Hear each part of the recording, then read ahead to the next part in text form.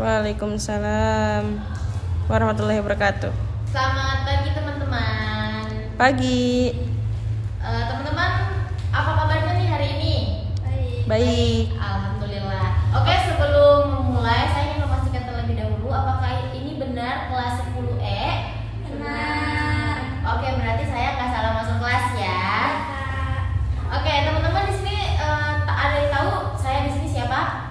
Enggak. Nggak ada. Oke, seperti kata pepatah, tak kenal maka tak sayang. Jadi di sini saya izin memperkenalkan diri terlebih dahulu. Perkenalkan, saya Tahlia Salsabila dari UIN SMA Banten, jurusan Bimbingan Konseling Islam semester 5.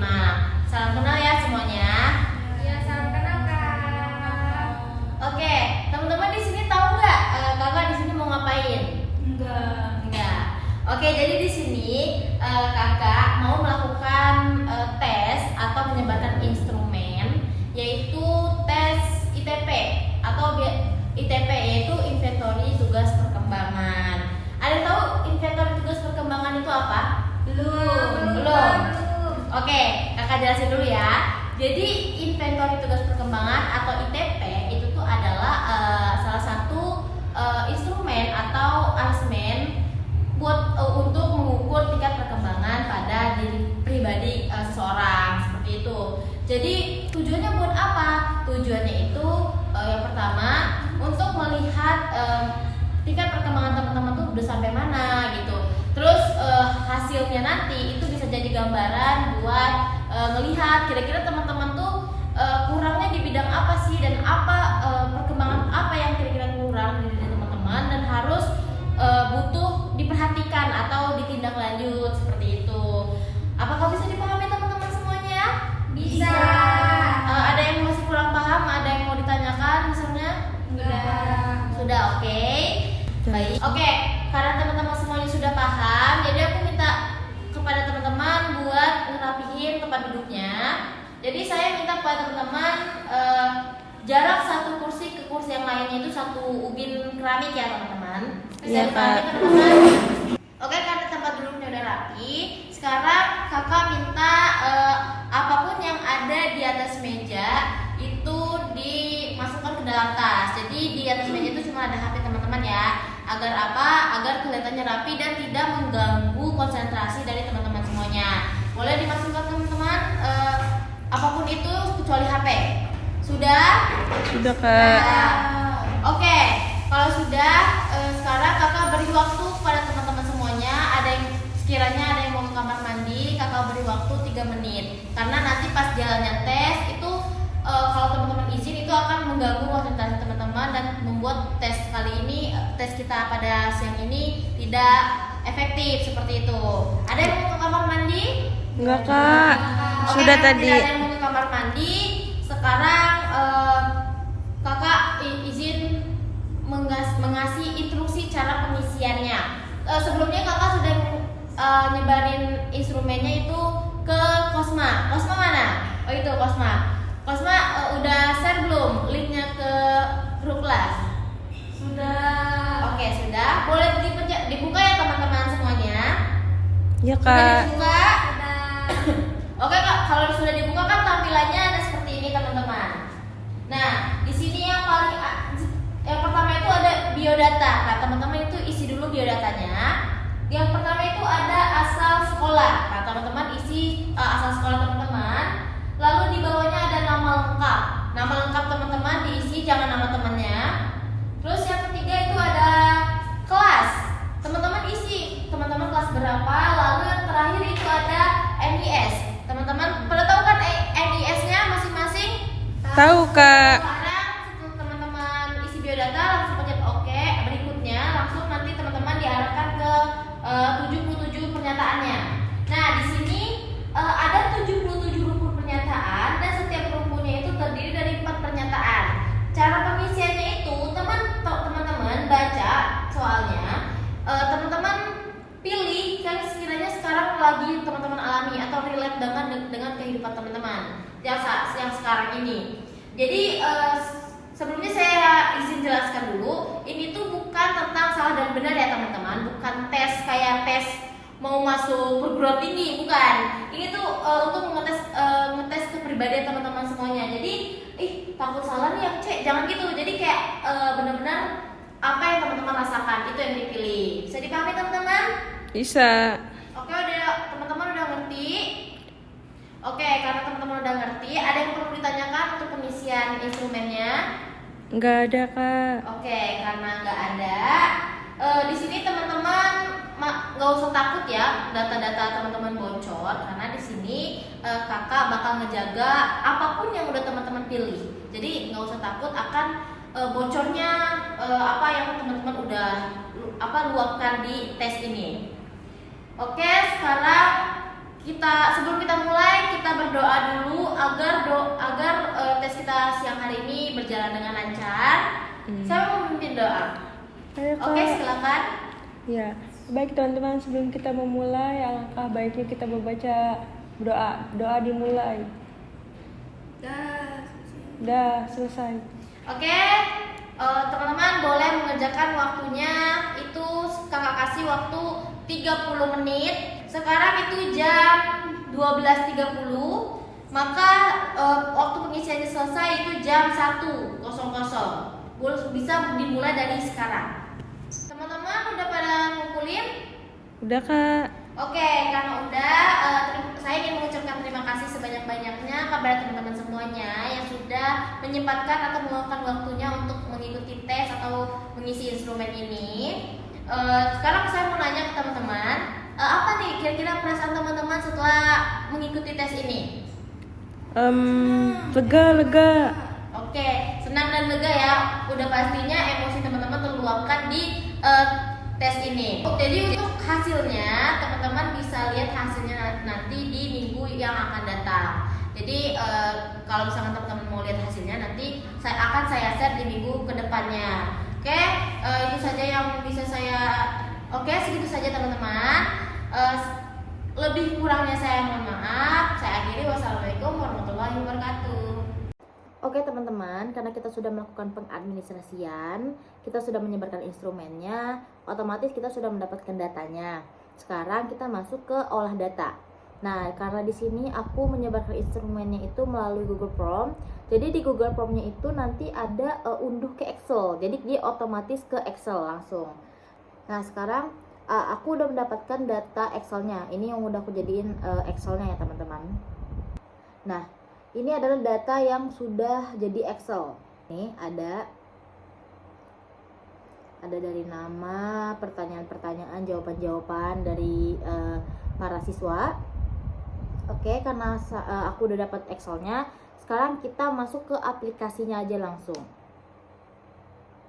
Oke, karena instrumen yang aku sebarkan itu adalah ITP, Inventory Tugas Perkembangan. Jadi aku olah datanya menggunakan aplikasi, bukan manual. Aplikasinya itu namanya ATP, Analisis Tugas Perkembangan.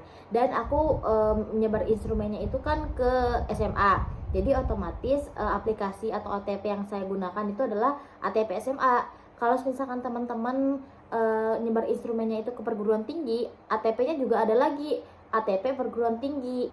Ini adalah bentukan dari aplikasinya. Kita buka. Nah, ini adalah tampilan dari aplikasinya. Sekarang kita masuk ke bagian file, import dari Excel. Nah, di file of type itu pilih bagian all files. Kita cari tadi data kita, Excel kita. Nah, ini kita open. Emang agak lama ya prosesnya. Kita tunggu.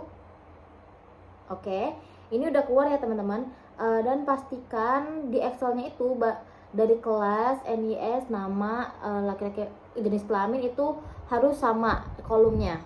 Seperti itu. Oke, di sini ada sumber data, ada nama sekolah. Kita tulis sekolah yang kita tes, dan ada kelas. Dan untuk kelompok ini kita kosongin aja. Dan sekarang kita eksekusi. Oke, di sini ada kesalahan ya. Jadi kesalahannya itu ada keterangannya. Ada kesalahan di nomor subjek 23 butir 64, jawaban harus A, B, C, D atau D. Nah, jadi di subjek 23 butir 64 kita lihat. Subjek absen 23 butir 64 kita lihat ini. Oke, benar ada kesalahan guys. Di sini ada teman-teman bisa lihat S. Padahal kan cuma sampai D, kenapa harus S? Jadi kita edit teman-teman. Di sini kita pencet ini. Dan S ini kita rubah. Sesuai dengan data Excel. Kalau di Excel itu jawabannya D. Kalau nggak salah siapa yang namanya Juroh kalau nggak salah. Kita rubah menjadi D.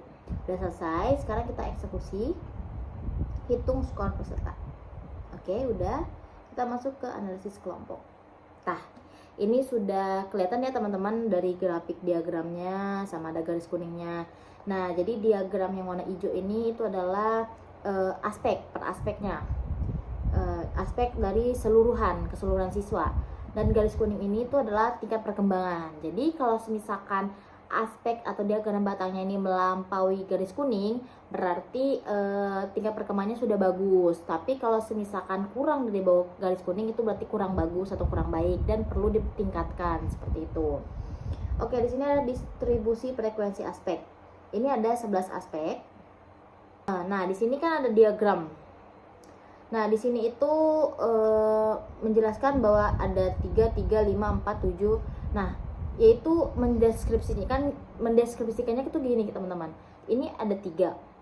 Berarti ada 3 orang yang memperoleh tingkat perkembangan 4.50 atau memperoleh tingkat perkembangan tuh 450. Dan ada 3 orang juga yang memperoleh tingkat perkembangan tuh 625. Di sini rata-ratanya tuh 539. Jadi orang yang di bawah 539 itu berarti orang-orang yang terendah tingkat perkembangan di landasan hidup religius, teman-teman, seperti itu. Begitu juga dengan aspek berikutnya. Sekarang ada distribusi frekuensi konsisten. Kan di dalam ITP itu ada 77 pernyataan, 11-nya itu adalah konsistennya atau soal yang sama, biar melihat kekonsistenan siswa. Nah, kita bisa lihat dari sini.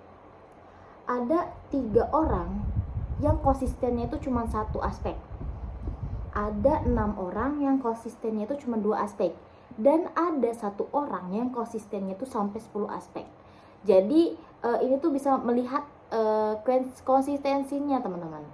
Sekarang kita masuk ke 8 butir tertinggi. Oke, yang paling tinggi itu ada di aspek persiapan diri untuk pernikahan dan hidup berkeluarga di butir 11.6 dengan tingkat perkembangan 5,64. Kita bisa lihat bukunya. Di sini ada buku, kita pencet. Kita kesampingin dulu. Tadi 11.6, 11 media. Kita pencet plus. Terus ada butirnya 6, kita pencet 6, angka ke-6. Ini. Saya pikir perlu berhati-hati dalam menentukan jodoh atau pasangan hidup.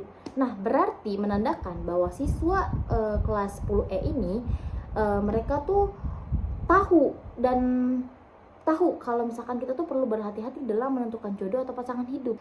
Oke, kita kasih contoh satu lagi dari kesadaran tanggung jawab di butir 5.1, aspek 509. Di aspek ke-5.1. Oke, teman-teman, di sini kan nggak ada angka 1. Jadi gimana cara ngitungnya? Cara ngitungnya kita lihat dari TP-nya. Kita pakai hitungan desimal, yaitu dibuletin. Kan karena kalau misalkan dia di bawah 50, itu kita pakai aja angka tetapnya. Tapi kalau misalkan di atas 50, itu kita pakai angka selanjutnya. Oke, teman-teman pasti bingung ya. Jadi gini contohnya. Di sini kan 509, di bawah angka 50 dong pastinya. Kalau misalkan dia 5.50, berarti misalkan dia 560 misalkan. Berarti itu kan udah di atas 50. Nah, jadi kita pakainya yang 5 tadi 560, kita pakai yang 6. Saya toleran terhadap situasi yang di luar harapan. Nah, kalau misalkan dia 509, otomatis kan di bawah 50. Jadi kita pakai angka tetap. Jadi 5 yaitu saya memelihara keharmonisan hidup bersama. Nah, jadi siswa-siswanya itu pandai memelihara keharmonisan dan hidup bersama. Seperti itu. Dan begitu juga seterusnya teman-teman ya. Sekarang adalah pembutir terendah. Oke, di sini kan ditunjukin ada 5. Bukan 5 ya teman-teman. Ini bisa teman-teman scroll sampai bawah. Tuh ada 8. Oke, di sini yang paling rendah itu sama aspek ke-11, yaitu persiapan diri untuk pernikahan dan hidup berkeluarga di butir ketiga. Oke, kita buka buku dengan TP-nya 342. 11.3 TP 342 11.3 berarti. Ini dia. Sabar. Saya ingin mengetahui makna dan tujuan pernikahan. Oke. Jadi teman-teman kelas ini itu, jadi dia tuh kebalikannya. Kalau pernyataan kan saya ingin mengetahui, berarti teman-teman yang di sini tuh mereka nggak pengen tahu tentang kehidupan pernikahan gitu. Mungkin mereka ngiranya nggak terlalu penting gitu ya. Mungkin karena saya masih muda ini ngapain mikirin hal-hal pernikahan gitu. Mungkin mikirnya seperti itu. Jadi kayak aspek persiapan diri untuk pernikahan dan hidup berkeluarga mereka tuh di butir ketiga tadi tuh rendah dan butuh peningkatan seperti itu. Dan begitu juga dengan butir terendah lainnya yang butuh penanganan. Oke, sekarang kita sudah mengelolanya. Sekarang kita interpretasikan hasilnya. Ini adalah interpretasi data. Jadi saya melakukan instrumennya itu di SMA 2. Respondennya itu ada 33 siswa dan siswi kelas 10E yang sedang menempuh pendidikan di SMA 2. Di sini ada pun data-data mereka dan ada hasil Excelnya, hasil dari ATP-nya, ada grafik yang tadi yang sudah saya contohkan, dimasukkan semua ke sini. Oke, dari 8 butir tertinggi, 8 butir terendah. Nah, sekarang hasil interpretasinya. Dari hasil pengolahan data analisis kelompok dengan aplikasi ATP, data yang didapatkan yaitu profil kelompok, distribusi frekuensi aspek, frekuensi konsisten, 8 butir tertinggi dan 8 butir terendah. Di sini ada profil kelompok. Berdasarkan data hasil pengolahan ATP pada profil kelompok butir kelompok, dapat didefinisikan aspek-aspek yang menonjol maupun yang kurang berdasarkan rata-rata yang telah ditentukan. Nah, kita bisa lihat dari sini, dari ke-11 aspek tersebut, aspek yang paling menonjol adalah aspek keempat, kematangan intelektual. Yang 4 nih, dia paling tinggi atau paling berkembang dari kesemuanya, keseluruhan. Dengan jumlah tingkat perkembangan 6.212 dan ada aspek disusul dengan aspek kelima, aspek ke-6 dan aspek ke-11 dengan jumlah 5.795 dan aspek ketiga. Dan untuk yang kurang itu ada aspek 1, aspek kedua, aspek ke-7, aspek ke-8, ke-9 dan aspek ke-10. Nah, pada garis kuning yang ada di grafik tadi yang sudah saya jelaskan, rata-rata tingkat kebutuhan aspek yang dibutuhkan siswa, di mana rata-rata tingkat perkembangannya itu 5.68. Nah, apabila terdapat aspek dengan tinggi di atas garis kuning, maka aspek yang ada di bawah diagram tersebut merupakan aspek yang sudah dikuasai oleh siswa. Sedangkan untuk batang diagram yang terletak di bawah garis kuning itu adalah aspek yang kurang dikuasai oleh siswa, atau dengan kata lain aspek yang membutuhkan layanan dari guru BK atau konselor. Sekarang ada distribusi frekuensi konsisten. Jadi memperlihatkan tingkat keseriusan peserta dalam menjawab angket yang diberikan. Dari grafik di bawah dapat dilihat jumlah siswa terbanyak dalam konsisten seriusan terdapat di skor 10.00 dengan jumlah siswa 1 orang. Terus disusul dengan skor 9 dengan jumlah siswa 2 siswa, skor 8 dengan jumlah 2 siswa, skor 7 dengan jumlah 4 siswa, dan skor 6 itu 4 siswa, skor 5 itu 5 siswa, skor 4 itu ada 5 siswa, skor 3 itu ada 1, skor 2 itu ada 6 siswa, dan skor 1 itu 3 siswa. Dan rata-rata konsisten per kelompoknya itu 4.82 per 11, seperti itu. Dan ada 8 butir tertinggi kelompok. Tadi udah saya jelaskan, yaitu yang paling tinggi itu ada di butir 11.6, aspek ke-11, yaitu persiapan diri untuk pernikahan dan hidup berkeluarga dengan tingkat perkembangan 564. dan seterusnya. Yang terakhir ada 8 butir terendah. Aspek yang muncul dalam 8 butir terendah yaitu persiapan diri untuk pernikahan dan keluarga yang memperoleh butir 11.3 dengan TP 342. Dan itu aja dari interpretasi hasil datanya. Sekarang kita masuk atau kita bikin action plan, program atau rencana kegiatan bimbingan konseling. Jadi di sini ada bidang layanan, tujuan layanan, strategi, kelas, materi, metode, media, dan evaluasi. Bidang layanan. Nah, jadi masalah dari siswanya tuh apa? Dan kira-kira misalkan masalahnya itu siswa sulit fokus ketika guru menjelaskan, otomatis itu kan masalah belajar ya. Jadi kita bisa tulis bidang belajar seperti itu. Tapi karena di sini masalahnya itu si siswanya ini belum mampu menerima dirinya secara positif, otomatis kan itu masalah pribadi. Jadi kita tulis masalah pribadi. Dan tujuan layannya itu peserta didik dapat menerima dirinya secara positif. Strateginya itu strategi apa yang kira-kira kita perlukan? Karena di sini itu yang punya masalah itu ada 15 orang kalau nggak salah. Jadi otomatis kalau misalkan saya kasih kelas ada nggak tahu 15 atau 18, karena di sini orangnya itu lebih dari 12 orang. Jadi kan kalau misalkan saya kasih layanan, bisa aja saya kasih layanan bimbingan kelompok, tapi kalau orangnya udah terlalu banyak, menurut Prayitno itu tidak bakal susah konsistennya.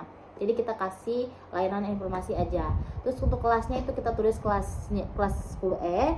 Materinya itu menumbuhkan sikap positif terhadap diri sendiri.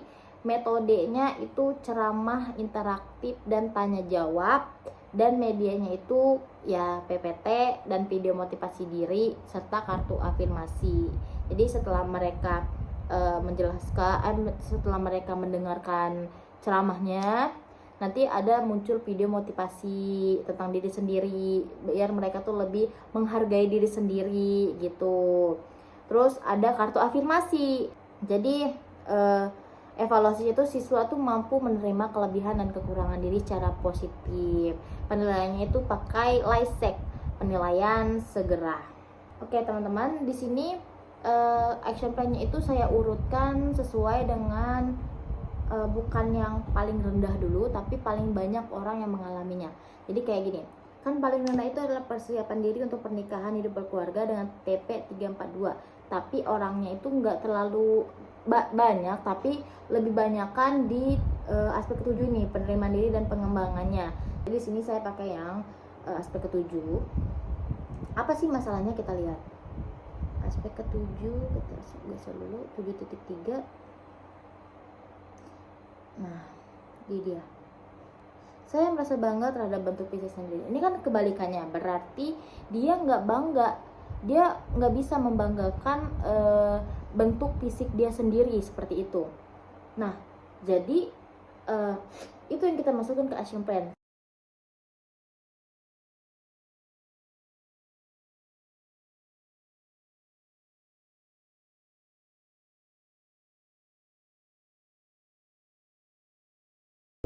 Dan di sini saya bikin ada 11 program, teman-teman.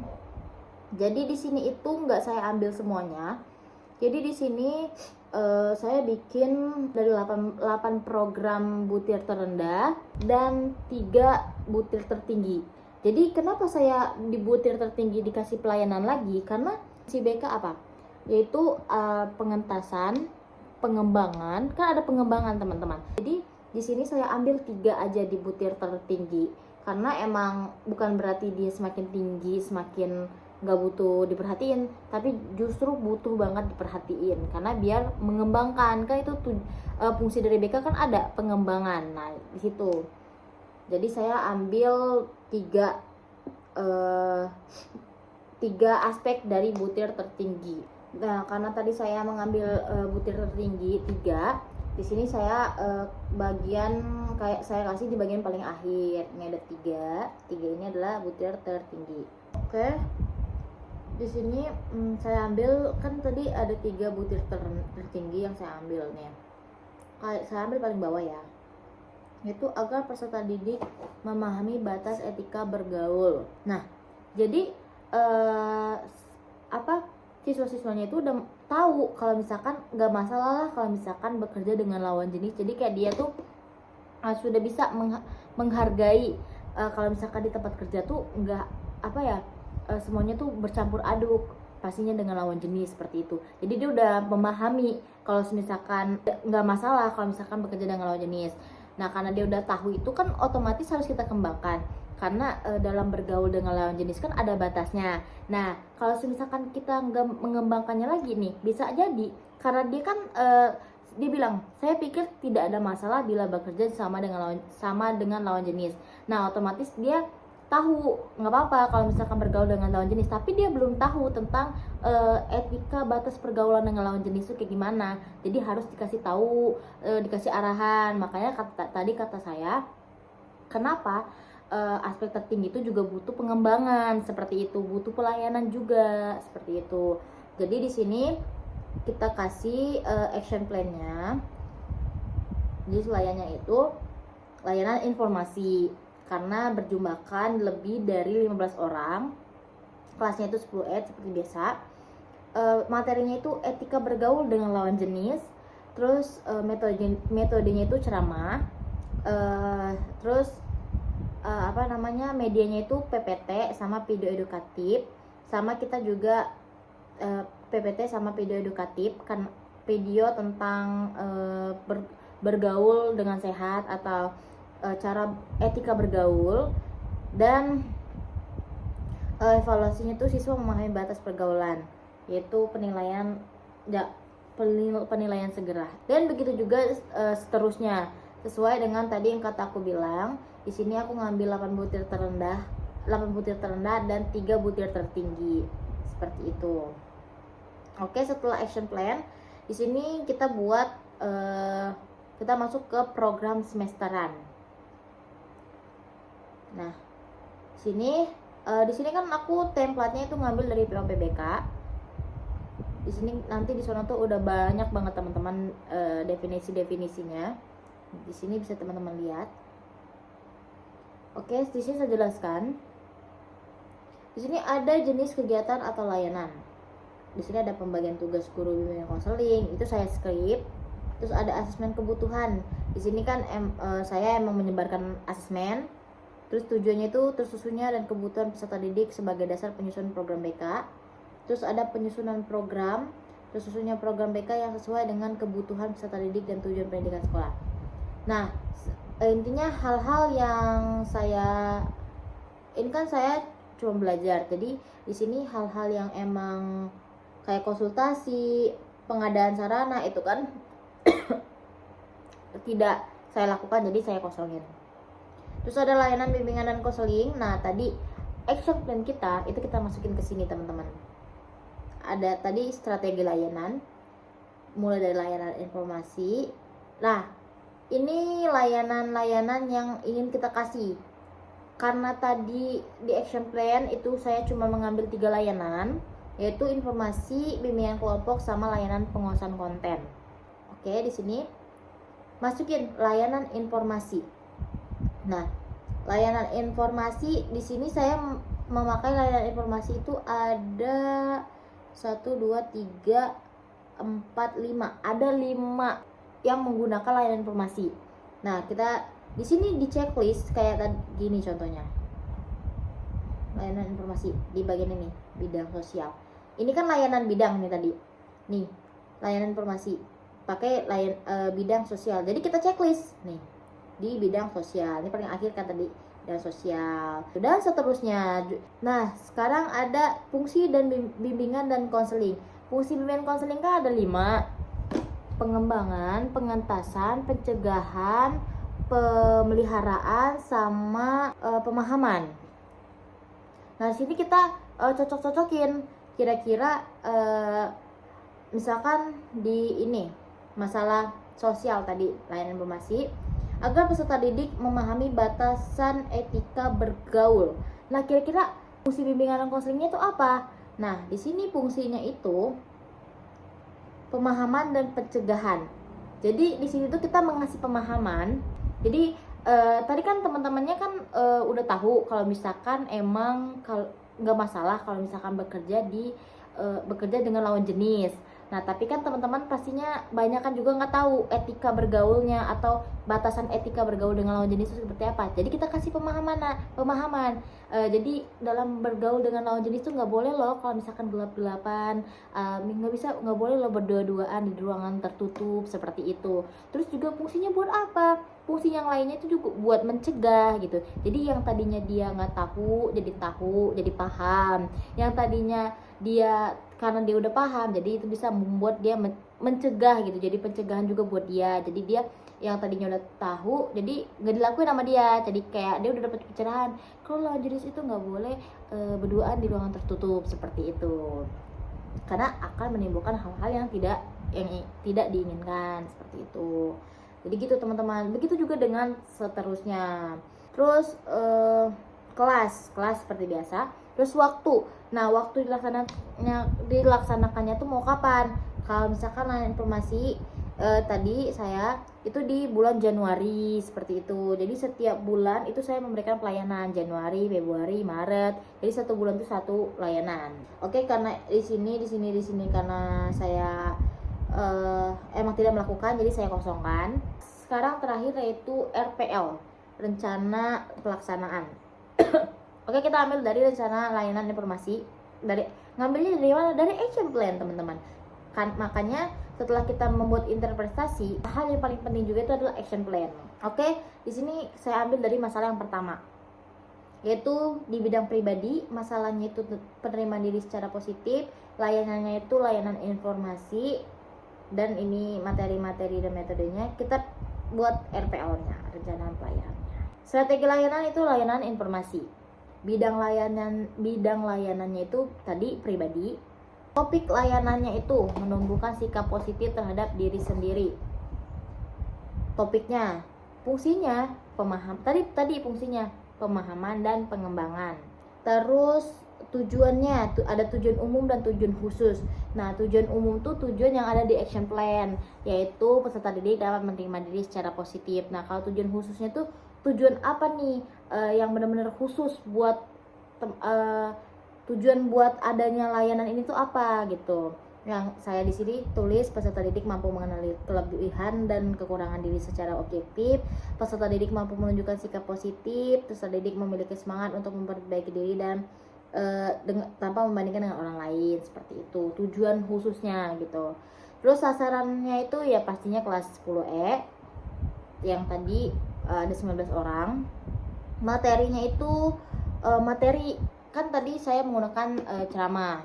Nah, jadi kira-kira materinya itu apa gitu yang harus dikasih. Ada 4 materi, yaitu makna sikap positif terhadap diri sendiri, dampak berpikir negatif terhadap diri sendiri, cara menumbuhkan penerimaan dan rasa bersyukur diri sendiri, dan yang terakhir latihan afirmasi positif dan refleksi diri.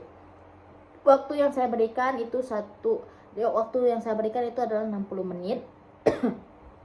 Sumber materinya itu dari buku panduan bimbingan konseling SMA, artikel psikologi remaja, sama materi guru BK. Terus metodenya tuh tadi dari action plan, yaitu ceramah interaktif dan ice breaking. Medianya tadi sama, PPT, pamflet motivasi diri dan video motivasi. Terus pelaksanaan, ada tahap awal, pendahuluan. Pertama, pernyataan tujuan. Jadi pertama, guru BK menyapa peserta didik dengan hangat dan melakukan ice breaking sederhana untuk membangunkan suasana. Pastinya di sini saya lupa menyertakan, pastinya harus ada salam. Terus guru BK menyapa peserta didik dengan hangat dan melakukan ice breaking sederhana untuk membangun suasana. Lalu guru BK menjelaskan bahwa layanan hari ini bertujuan untuk membantu siswa menumbuhkan sikap positif terhadap diri sendiri. Lanjut penjelasan tentang langkah-langkahnya. Guru BK menjelaskan tahap kegiatan, yaitu mendengarkan penjelasan ceramah interaktif, menonton video motivasi, berdiskusi tentang penerimaan diri, dan menulis afirmasi positif. Terus yang ketiga, mengarahkan kegiatan. Jadi guru BK memotivasi peserta didik untuk terbuka dan berpartisipasi aktif, serta menekankan pentingnya menghargai diri sendiri. Terus tahap peralihan, guru BK menanyakan kesiapan siswa dan memulai kegiatan inti dengan menayangkan video motivasi. Jadi video motivasinya tuh ditayangin terlebih dahulu. Oke, sekarang masuk ke tahap inti. Pertama-tama siswa itu menyimak video motivasi singkat tentang penerimaan diri. Lalu yang kedua masuklah materi, yaitu siswa mendengarkan penjelasan dari guru BK melalui ceramah interaktif tentang makna dan manfaat sikap positif terhadap diri sendiri. Lalu teman-teman berdiskusi dalam kelompok kecil mengenai pengalaman pribadi ketika merasa kurang percaya diri atau sulit menerima diri. Lalu mengidentifikasi kelebihan dari masing-masing dan menuliskannya di dalam kartu afirmasi. Lalu yang kelima, beberapa siswa secara sukarela membacakan afirmasi positif mereka di depan kelas, seperti itu. Yang kedua itu adalah kegiatan guru BK atau konselor.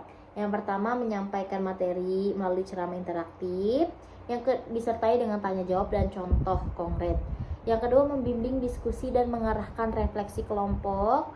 Yang ketiga, memberikan umpan balik dan penguatan terhadap pendapat siswa. Yang keempat, memberikan contoh afirmasi positif yang bisa diterapkan sehari-hari. Yang kelima itu memotivasi agar siswanya terus menumbuhkan penerimaan diri dan berpikir positif.